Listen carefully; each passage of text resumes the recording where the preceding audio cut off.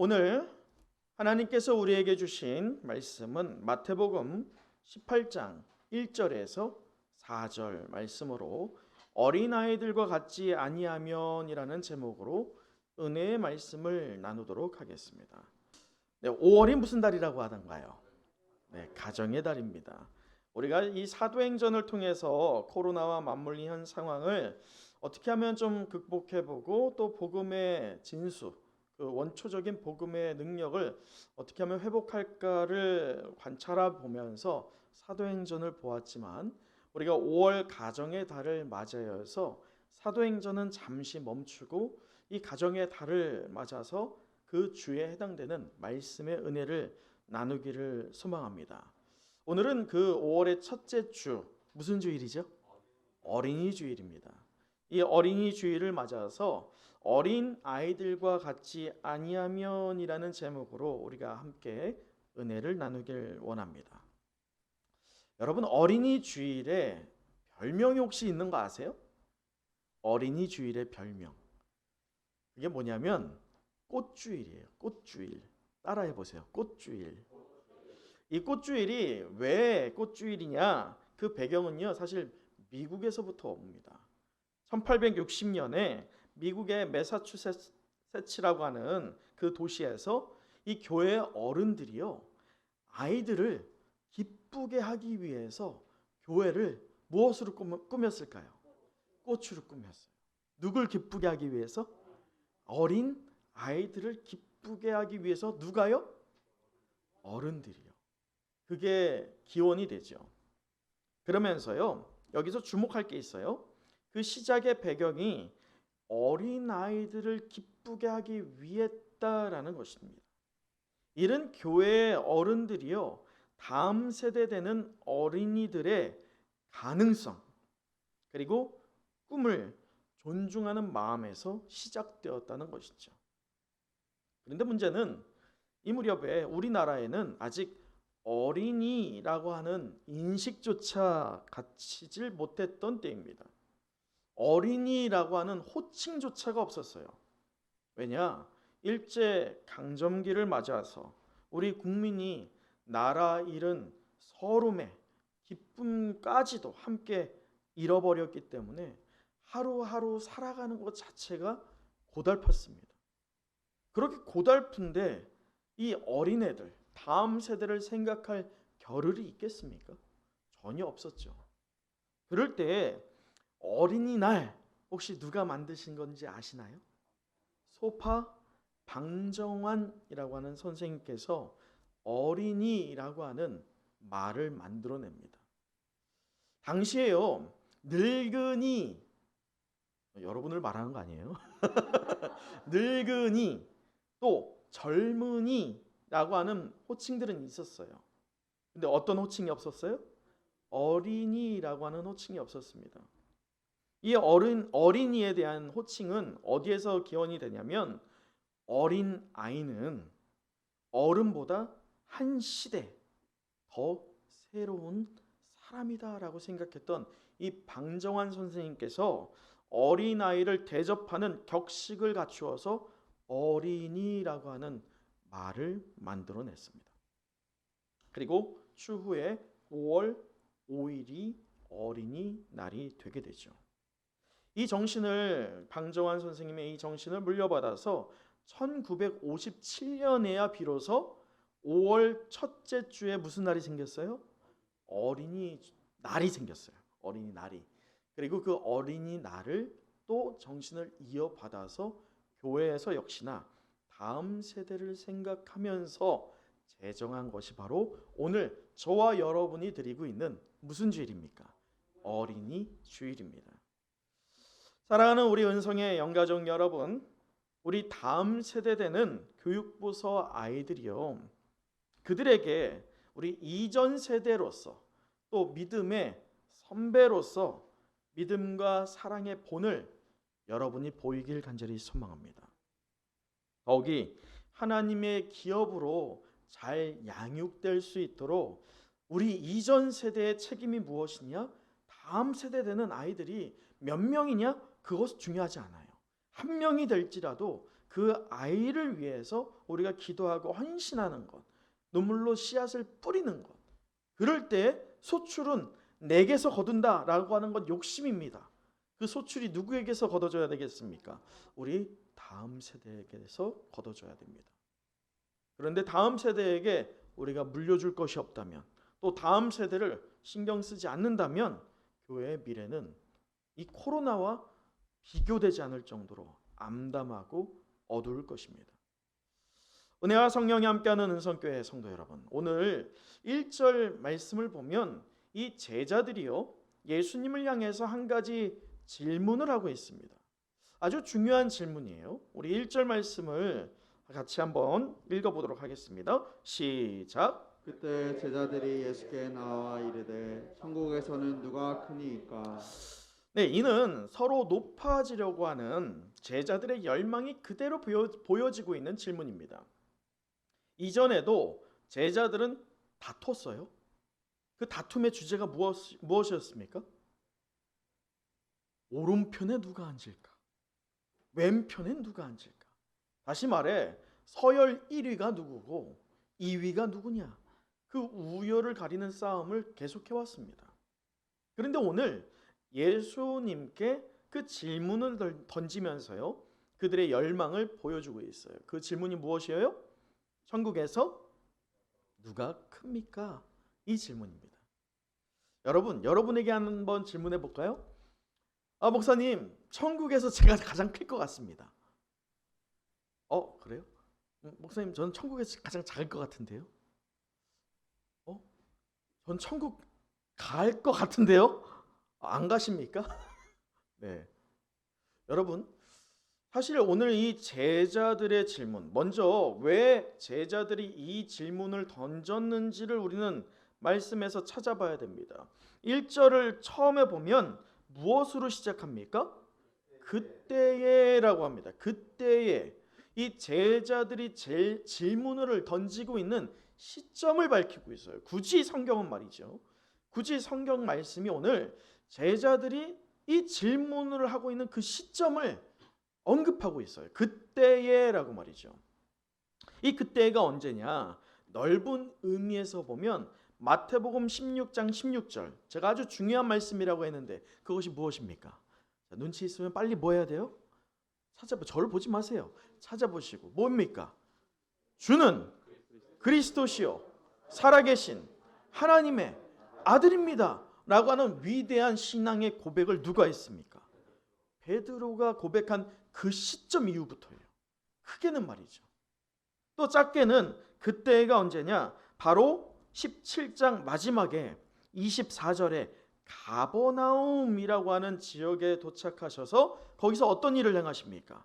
반세겔의 성전세를 내는 사건을 경험한 바로 그 직후입니다. 이때는 이 예수님께서 십자가 처형을 당하시기 얼마 전일까요? 한 달 전이에요. 불과 한 달을 남겨놓고 있습니다. 그런데 제자들이나 무사람들이 예수 그리스도의 죽음이 한 달밖에 남지 않았다는 걸 알고 있습니까? 모릅니까? 몰라요. 그런데 참 말씀을 보면 안타까운 것은 예수님께서 밝혔을까요? 안 밝혔을까요? 이 그때가 언제냐면 예수님께서 이제 내가 십자가에 죽고 또 무엇할 거야? 며칠 만에? 3일 만에 부활할 거야. 그것을 2번이나 말씀하셨어요. 총 예수님께서 십자가에 달려 죽으실 때까지 몇 번을 말씀하실까요? 3번을 말씀하십니다. 3번 중에 벌써 몇 번을 말씀하셨어요? 2번을 말씀하신 그때입니다. 예수님의 시점에서 보면 자신의 죽음이 멀리 있어요? 아주 가까이 있어요. 근데 이 찰나에, 이 예수님의 입장에서 보면 그 위기의 순간인 언제? 그때에 제자들은 전혀 다른 생각을 하고 있다는 겁니다. 예수님은 이 죽음에 대해서 두려움으로 엄습해오는 그 죽음을 어떻게 감당해야 될지 그것을 기도로 준비하고 계셨던 반면에 제자들은 어떤 질문을 하고 있어요? 그때에 누가 천국에서 크냐라고 하는 질문을 하고 있다는 겁니다. 이것은요, 어떻게 보면 이 천국을 정말 사모해서 하나님이 지배하시는 저 하늘, 우리의 본향되는 천국에서 누가 크냐 이게 아니에요. 예수님이 생각한 천국은 저 하늘, 우리의 본향이었어요. 그러나 제자들이 생각한 천국은요, 저 하늘이 아니에요. 어디일까요? 이 땅에서의 로마를 압도하여서 이스라엘을 그 권위와 그리고 그들의 민족성을 회복한 그것이 무엇이라 생각한 겁니까? 천국이라고 생각한 거예요. 다시 말해 새로운 왕국을 이루고 나서 그때의 개국 공신으로 누가 크겠습니까? 우열을 다투고 있는 질문이라는 것입니다. 사랑하는 성도 여러분, 그런데 한편으로 우리가 이 제자들의 질문을 좀 곰곰이 생각해 봐야 할 것 같아요. 여러분들에게 제가 앞서 질문을 하나 드렸어요.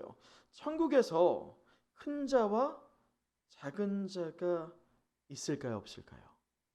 없어요. 그럴 수가 없습니다. 그런데 오늘 제자들은 큰 자와 작은 자에 대해서 엽죽고 있습니다. 어찌 보면 이 제자들의 질문은 참으로 세속적입니다. 그리고 더 안타까운 건 뭐냐면 하나님 나라의 본질을 이해하고 있습니까? 전혀 이해하지 못한 상태에서 던지고 있는 이 무지에서 비롯된 질문을 던지고 있다는 거예요. 여러분이 만약에 이 예수님의 입장으로 한번 생각해 보세요. 그럴 수 없지만 인간적으로 생각해 보면 분명히 2번이나 지금 뭘 얘기했습니까?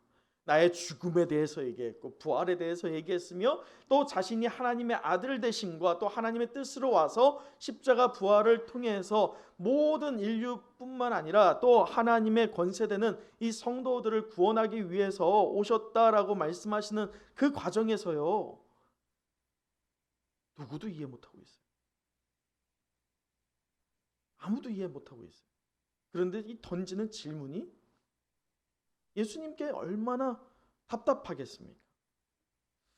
허나 우리 주님은 이런 제자들의 질문을 듣고, 저라면 그 질문 듣고 야 무슨 소리야 지금 너 이해 못하니? 이렇게 얘기할 것 같은데, 반응할 것 같은데, 예수님은 그 엉뚱하고 세속적이고 또 하나님의 나라의 본질을 이해 못하는 그 무지한 질문에 대답을 하십니까, 안 하십니까?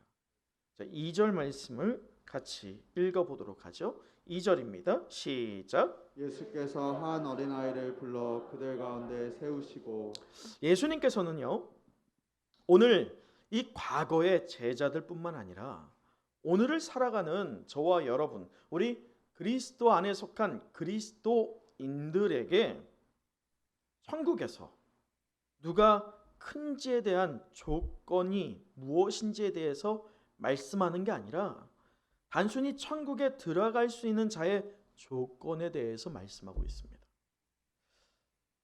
제자들 입장에서 보면 자신들이 원하는 대답이 아니에요. 제자들은 분명히 크고 작은 그것을, 위아래 그것을 요구했다라고 한다면 예수님은 단순히 들어갈 수 있는 자에 대해서 말씀하고 계십니다. 제자들 입장에서 생각해 보면 다소 엉뚱한 예를 주님께서 보이고 계셔요. 예상하지 못했던 전개가 흘러갑니다. 예수님께서 영적으로 무감각해서 하나님 나라의 본질을 이해하지 못하고 있는 그 제자들에게 지금 누구를 데리고 와서 세우고 있습니까? 어린아이 하나를 데리고 와서 누구 가운데? 제자들 한가운데 떡하니 세웁니다. 이때 당시에 아주 좋은 시청각 자료를 예수님께서 친히 제자들 눈 앞에서 보여주고 계신 거예요. 주님께서는 이 어안벙벙해졌지 않겠어요? 제자들이요. 그들에게 무엇이라고 말씀하느냐? 우리 3절을 또 읽어보도록 하죠. 3절입니다. 시작. 이르시되 진실로 너희에게 이르노니 너희가 돌이켜 어린아이들과 같이 되지 아니하면 결탄코 천국에 들어가지 못하리라.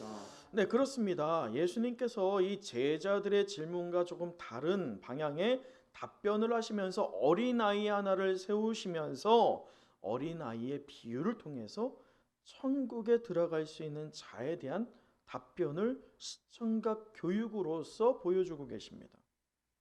저는 오늘 이 말씀을 나누면서 저와 여러분을 통해서요, 어린 아이들과 같은 이 신앙의 특징이 무엇인지 우리가 그것을 말씀에서 근거를 찾아보았으면 좋겠습니다. 또 그 찾아본 답을 통해서 우리의 삶에 적용해 보는 시간을 가지려 합니다. 그 결과 오늘 주께서 말씀하신 것 같이 예수 그리스도 안에 속한 참된 그리스도인들로서 어린아이와 같은 신앙을 회복하는 은혜가 저와 여러분 모두에게 허락되길 간절히 소망합니다. 여러분, 그렇다면 이 어린아이의 같은 신앙의 특징이 무엇일까? 우리 첫째가 있어요. 그 첫째는요, 바로 이 어린아이와 같은 신앙에는요, 순수한 신앙을 소유하고 있습니다. 그 순수한 신앙, 그것이 무엇이겠어요? 자, 여러분 앞에 한번 사진을 보시겠어요? 그 순수한 신앙이라는 걸 보기 전에 먼저 이 사진은 우리 일부 예배를 드리고 있는 다음 세대 아이들입니다. 그 머릿수만 세봤을 때는 사실 얼마 되지 않아요. 여러분, 이 아이들을 볼 때 여러분은 어떤 이미지가 떠오르십니까? 아이들 보면서요. 특히나 우리 손자, 손녀를 보시는 우리 이경신 권사님, 어떤 마음으로 손자, 손녀를 보고 계십니까? 사랑하는 마음, 또 순수한 마음. 이 아이들의 웃음 말이죠. 좀 안타깝지 않으세요? 이 아이들이 예배를 드릴 때 우리 어른들도 그렇지만 코로나 때문에 예배 시간 내내 마스크를 쓰고 예배를 드릴 수밖에 없습니다. 우리 다음 세대 되는 아이들이 마스크를 쓰고 예배를 드릴 때에 얼마 되지 않지만 이 예배를 통해서 아이들이 무엇을 배워야 할지 여러분을 통해서 믿음이 전수되길 간절히 소망합니다. 그래서 우리 다음 세대를 보면서요, 내 손자 손녀가 아니다 라는 마음은 버리세요. 그것은 하나님이 기뻐하지 않으십니다. 공동체라고 한다면요, 비록 나의 피가 섞인 혈육은 아니지만 영적인 굴레 안에서 저 아이들이 누구의 자녀들입니까? 따라하세요. 자, 선서. 나의 자녀입니다. 여러분의 자녀예요. 공동체가, 영적 공동체가 바로요, 저 아이는 나와 상관없어, 저 부서는 나하고는 이제 상관없어, 이러면 우리의 공동체는요 죽은 공동체예요. 영적으로 힘이 있고 살아가는 공동체는 한 가족된 공동체일 줄 믿습니다. 그 공동체로서 우리 다음 세대를 위해서 여러분 무엇을 하시겠습니까? 기도하시고, 또 조금 평소보다 일찍 와서 아이들과 조금이라도 겹치는 시간이 있을 때 그 아이들 보면서 어떻게 하시겠어요? 축복해야죠. 잘 자라라. 예수님 잘 믿고 행복해야 돼. 여러분 공부 잘해라. 네. 공부 잘해라 안 돼요. 행복해야 돼요. 누구 안에서? 주 안에서 행복해라. 축복해야 돼요. 그 축복을 받을 때에 이 아이들이 그것을 먹고 자란다는 거예요. 그렇기에 우리의 이전 세대의 책임이 막중할 줄 믿습니다. 여러분, 예수님께서요, 그 첫 번째 우리에게 주시는 게 무엇이었어요? 순수한 신앙을 소유하라고 했잖아요. 예수님께서 천국에서 누가 크니까라고 하는 이 질문을 하고 있는 제자들은 자신의 어떤 현실적인 이익을 도모하고 있습니다. 여러분, 제자들 마음에 어떤 마음이 이글거리고 있습니까? 쟤보다는 내가 낫지. 쟤는 내 발 아래? 아무것도 아니지. 어떻게 나하고? 이런 마음이 제자들 안에서 저마다 이글거리고 있습니다. 그런데 이것이 어디 오늘 말씀에 나오고 있는 제자들에게만 국한된 표현일까요? 우리가 속으로 아유 저 권사님보다는 내가 낫지. 아유 저 집사님보다는 내가 신앙이 낫지. 라고 하는 그 마음이 여러분 마음에도 없을 줄 믿습니다. 우리 은성교회는 그러면 안 되겠죠. 그런데요, 이 어린 아이처럼 순수하다라고 말할 수가 있겠어요? 여러분, 제가 그 담임 목사로서 이 자리에 섰는데 제 마음에는 그 이글거리는 마음이 없겠죠? 그렇게 믿겠죠? 그렇게 믿으시면 할렐루야. 제 마음에도 있어요. 제 마음에 왜 없겠어요? 아, 저 교회는 저렇게 잘 되고 있고, 아, 이 코로나 시기에 이러고 있는데 우리 교회 왜 이럴까? 이런 마음이 왜 안 들겠어요? 근데 그것은요, 하나님이 원하는 마음이 아니에요. 오늘 예수님께서 우리에게 하나의 지혜를 주고 계십니다. 여러분 그거 아세요? 요즘에요, 이 질문이 핫 이슈로 떠오르고 있어요. 이 질문 받는 걸 좋아하는 사람이 많다고 합니다. 그 질문이 뭐냐면, 아 이거는 물론 상대적입니다. 근데 그 질문이 뭐냐면 어디 사세요? 라고 하는 질문이에요. 이 질문을 어디에 살고 있는 사람이 받았을 때 좋아할까요? 강남에 사는 사람들. 아 강남이요? 여러분 우리 은성교회가 서초동에서부터 개척되어서 사당동으로 온 지 이제 6년째가 넘어갑니다. 과거에 서초동에 있을 때 어디 교회 다니세요? 아 서초동이요? 근데 지금 혹시 우리 마음에 어디 교회 다니세요? 하면 사당동이요? 혹시 이러고 있지는 않습니까? 여러분요, 분명한 것은요, 서초동에 있다고 해서 교회의 값어치가 더 높게 되는 것도 아니고 사당동에 있다고 해서 복음의 가치가 바뀌는 게 아닐 줄 믿습니다. 본질은 똑같아요. 본질은 이 안의 구성원이 어떠느냐가 가장 중요합니다. 이 안에 구성원되는 그리스도인들이, 예배자들이 어떠한 신앙의 고백을 하고 있으며 삶에서 어떤 영향력을 미치고 있느냐, 그것이 우리의 가치를 분명히 판가름합니다. 혹 이 중에 강남 사람, 서초동 사람 그 듣기를 좋아하시고 또 그렇게 듣기를 원하는 분이 없을 줄 믿습니다. 반면 어린아이는 어떨까요? 이 어른들이요, 어찌 보면 왜 그런 소리를 듣고 싶어 하겠어요? 육신의 정욕, 안목의 정욕, 이생의 자랑, 이것 때문에 치열하게 살잖아요. 머리가 복잡하지 않습니까? 아, 쟤는 강남에 30평짜리 아파트를 사는데 나는 지금 뭐야? 라고 하는 그 마음들이 이글거리면서 올라오지 않습니까? 근데 어린아이들, 근데 안타까운 건 요즘에 초등학교만 해도요 달라요.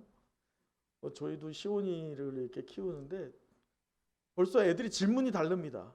뭐라고 하는지 아세요? 너희 집 몇 평이야? 근데 초등학교 애들이 뭐라고 하냐면 전세야 자가야? 이런 얘기도 해요. 야, 그게 현실이에요. 근데 문제는 좀만 더 낮아지면 그런 생각은 안 합니다. 문제는 아이들이 조금씩 연령이 들면서 어떻게 그런 생각을 하고 그런 말을 하게 될까요?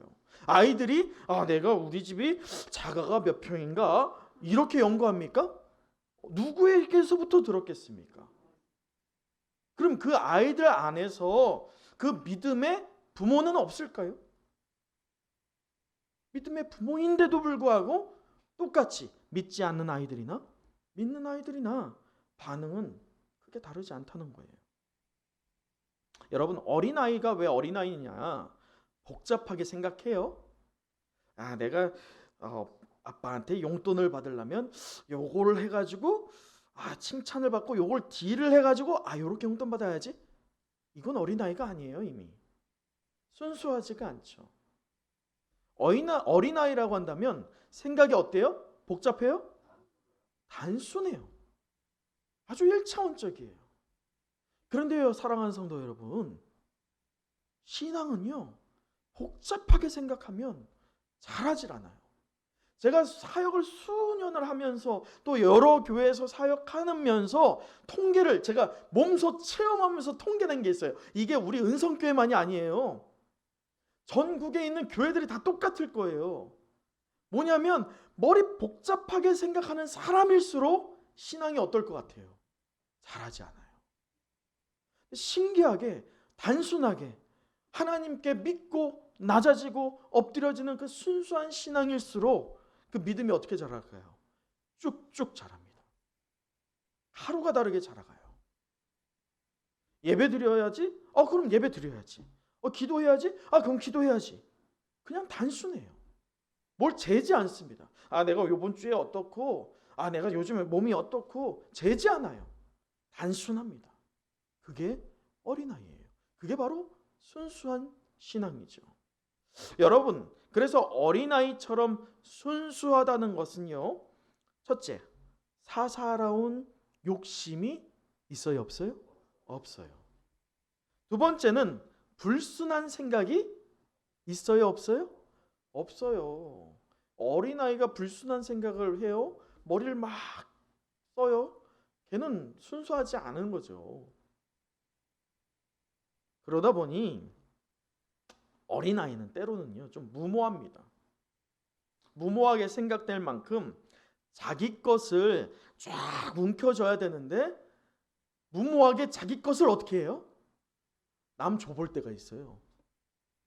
소중하다고 사고 싶다고 눈물로 했던 그 장난감 어느 날 안 갖고 와. 없어졌어. 너 어디 갔니? 물어보면 뭐라고 합니까? 친구 줬어. 너 그걸 왜 줬니? 친구니까. 아이는 단순해요. 내가 좋으면 내가 소중한 걸 어떻게 해요? 주는 거예요. 오늘 주님께서는 3절의 말씀을 하시는데 3절을 다시 한번 보세요. 진실로 너희에게 이르노니라고 하죠. 진실로 너희에게 이르노니, 이 말씀은 너네 잘 들어. 집중! 이거 똑같아요. 집중. 내가 정말 중요하게 얘기하는 거야? 정말 강조하면서 얘기하는 거야? 이걸 표현하는 겁니다. 그러면서 주님이 뭐라고 하십니까? 말씀을 보면 너희가 어떻게 해서 어린아이? 돌이켜라고 하죠. 돌이켜 어린아이와 같이 되라 라고 말씀합니다. 여기서 돌이키다는 것은요, 방향을 완전히 확 돌리는 거예요. 180도 완전히 돌이키는 거예요. 반대 방향으로 말이죠.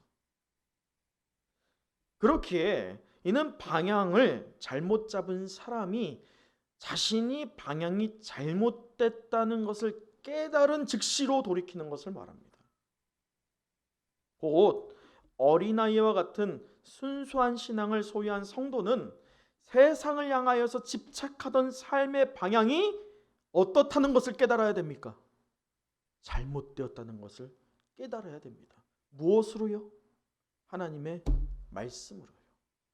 그렇다면 깨닫고 나서 이제 삶의 방향을 세상이 아니라 어디로 전환시켜야겠습니까? 하나님의 나라. 그 하나님의 나라로 우리의 인생의 방향을 역전시키시기를 간절히 소망합니다. 또한 이 순수한 신앙은요, 그리스도 안에 속한 이 그리스도인들에게 자신을 높이던 삶의 방향을 또 전환하여서 누구를 높이는 삶의 방향을 살게 합니까? 우리 주인 대신 주를 향하여서 주님만을 높이는 삶의 방향을 소유하게 될 줄 믿습니다. 오늘 우리 은성에 속한 모든 영가족들이 세상을 향하여서 삶의 방향을 돌이켜서 어린아이와 같이 순수한 신앙을 회복하여서 하나님의 놀라운 기적과 신비에 동참하는 축복의 성도 되시길 간절히 소망합니다. 여러분, 오늘도 이렇게 한번 고백해 봤으면 좋겠어요. 여러분 손을 가슴에 얹고 이렇게 고백합니다. 하나님께 고백하고 여러분 스스로에게 다짐하는 것입니다. 순수한 신앙을 소유하는 내가 되겠습니다. 아멘. 자, 이제 그 손을 살며시 옆을 보면서 웃어야 돼요. 웃어야 돼. 웃으면서 눈을 마주치면서 이렇게 하는 거예요. 순수한 신앙을 소유하는 당신 되시길 축복합니다. 자, 우리 다시 한번 이제 하나님을 향하여서 손을 펼치고 순수한 신앙을 소유하는 우리 교회 되길 결단합니다. 할렐루야. 여러분, 순수한 신앙이 그만큼 중요해요. 그런데요, 우리가 세상에 살면 순수해지려고 하지만 세상은 온갖 때를, 그 죄의 때를 우리에게 묻힙니다. 또 때로는 스스로 그 죄의 때를 우리에게 발라요. 그때마다 우리는 어떻게 해야 돼요? 기도하고 회복하고 돌이켜서 우리가 순수한 신앙을 놓치지 않기를 결단하는 인생 될 때 우리 주님께서 우리의 삶의 방향을 주께서 인도하여 주시고 친히 분명한 열매로 인도하실 것을 믿습니다. 그 두 번째 신앙이 무엇이냐? 자, 따라해 보세요. 겸손한 신앙을 소유해야 한다. 여러분 4절을 한번 보도록 할까요? 4절 말씀입니다. 함께 읽도록 하겠습니다. 시작. 그러므로 누구든지 이 어린아이와 같이 자기를 낮추는 사람이 천국에서 큰 자니라. 네, 주님께서는 제자들에게 어린아이처럼 자기를 낮추는 사람이 천국에서 어떤 자다? 큰 자다라고 말씀합니다. 이것은 천국에서 누가 크니까라고 하는 제자들의 직접적인 답변을 하고 있습니다. 여러분 사진 하나 또 보도록 할까요? 아유, 귀엽네요. 누구예요? 네, 우리 하윤이에요. 우리 교회 가장 어린 아이입니다. 여러분 그 말이 있어요. 저희 장인어른이요, 5월만 되면 왜 이렇게 자주 이 얘기를 하나 몰라요. 어떤 얘기 하냐면, 유서방, 부잣집이 있고, 이 패턴이가 맨날 패턴이 똑같아. 부잣집이 있고 가난한 집이 있어. 부잣집은 가진 게 다 있는데 행복하지 않았대. 근데 가난한 집은 먹을 것도 없는데도 불구하고 맨날 밤마다 그렇게 웃음소리가 나더래. 뭐가 다를까? 뭐 때문에 그럴까? 라고 하면서 결국 뭐가 달라요? 그 집에 아이가 있는 거예요. 그 아이를 앞에 가운데에 넣고 어른들이 애 앞에서 재롱 부리고 또 애 재롱을 보면서 어떻게 해요? 깔깔 웃는 거예요. 여러분 행복이 별거입니까? 행복이 별거예요? 뭐 일확천금을 가져야지 그게 행복입니까? 여러분 우리 교회 안에서 가장 어린 생명이지만요, 이 어린 생명이 어떻게 자라가야 할지 그 책임이 앞서 제가 말한 것처럼 한 가정의 책임이 아니에요. 공동체의 책임입니다. 영적 가족이라고 했을 때에 우리가 이 가정을 위해서, 이 영혼을 위해서 어떻게 신앙의 유산을 물려줄지에 대해서 우리는 부단히 애쓰고 노력해야 된다는 것입니다. 제가 이 하윤이를 보면서 참 어떤 생각이 드냐면, 이 주일마다 이제 예배 끝나고 보면 때로는 권사님, 집사님 또는 부모님 손을 잡고 아장아장 걸어요. 근데 저때 되면 이 아이가 걸을 때 이제 부모님 손을 의지하면서도 이제 부모님 손을 또 뿌리치고 걷잖아요. 그러다가도 조금만 뭔가 위협하는 자신이 느낄 때, 위협하는 뭔가가 느끼면 어떻게 해요? 막 달려와서 또 탁 손을 잡잖아요. 아, 그 모습을 보면서 넷째가 있으면 어떨까? 이 생각이 언뜻 왔어요. 여러분 오해하면 안 돼. 오해하면 안 되고, 무엇만 왔어요? 생각만 왔어요. 생각만. 넷째가 있었으면 어땠을까? 야, 이 넷째 딸이었으면 참 좋았겠지만 생각은 접어야지. 이건 아니지. 그렇게 생각을 할 정도로 참 너무 사랑스럽더라고요. 여러분 우리 하윤이가요 5월 30일 날 온세대 예배를 우리가 드릴 때에 세례를 받습니다. 유아 세례를 받아요. 이 유아 세례를 받는다는 것은 그 가정이 신앙 고백을 하는 것이고, 또 이 하윤이가 신앙의 그 첫 발을 내딛는 순간입니다. 우리는 그날을 함께 기도로 준비해야 됩니다. 비록 내 자녀는 아니고 내 손녀는 아니다 할지라도 우리 믿음의 가족으로서요 함께 축복하면서 그날을 고대하기를 간절히 소망합니다. 여러분, 그렇다면 겸손한 신앙이 무엇이겠어요? 주님께서 말씀하시는 이 어린아이처럼 자기를 낮추는 것, 그것은요 아주 쉽게 생각하면 저 하윤이가 했던 행동을 따라하면 돼요. 하윤이가 부모 손을 잡았잖아요. 혼자 막 걸으려고 해요. 저 나이대가 되면 이제 혼자 뭔가 하려고 하거든요. 그러다가도 조금만 위기가 오고 조금만 위협이 오면 어떻게 해요? 막 달려가서 부모의 손을 탁 잡잖아요. 그것처럼 우리의 삶에 누구를 붙잡아야겠습니까? 여러분, 세상 붙잡으겠어요? 사람 붙잡겠어요? 어떤 상황 붙잡겠어요? 다 쓸모없어요. 다 종점이 있기 때문이에요. 그러나 영원한 것은요 단 한 분밖에 없습니다. 그 하나님께서 우리의 아버와 아버지가 되신다고 친히 말씀하셨고, 우리에게 죄 삭제 종로릇이 아니라 하나님의 자녀되는 권세를 주셨을 줄 믿습니다. 그렇기에 하나님의 인도하심과 역사에 대해서 경외함을 갖는 것, 그것이 바로 겸손한 신앙의 첫발일 줄 믿습니다. 그렇게 자신이 가지고 있는 지식이나 경험이나 능력을 다 어떻게 해야 돼요? 내려놔야 돼요. 누구 앞에서? 하나님 앞에서 다 내려놔야 돼요. 그리고 바닥에서부터 시작하는 거예요. 기초에서부터 시작하는 거예요. 다시 시작하는 것. 누구의 이름으로 쌓는 겁니까? 다시 예수 그리스도의 이름으로 쌓는 것. 그게 바로 겸손한 신앙입니다. 여러분, 어린 아이들을 보세요. 엄마가 어디 먼 데를 간다고 할 때 다녀와.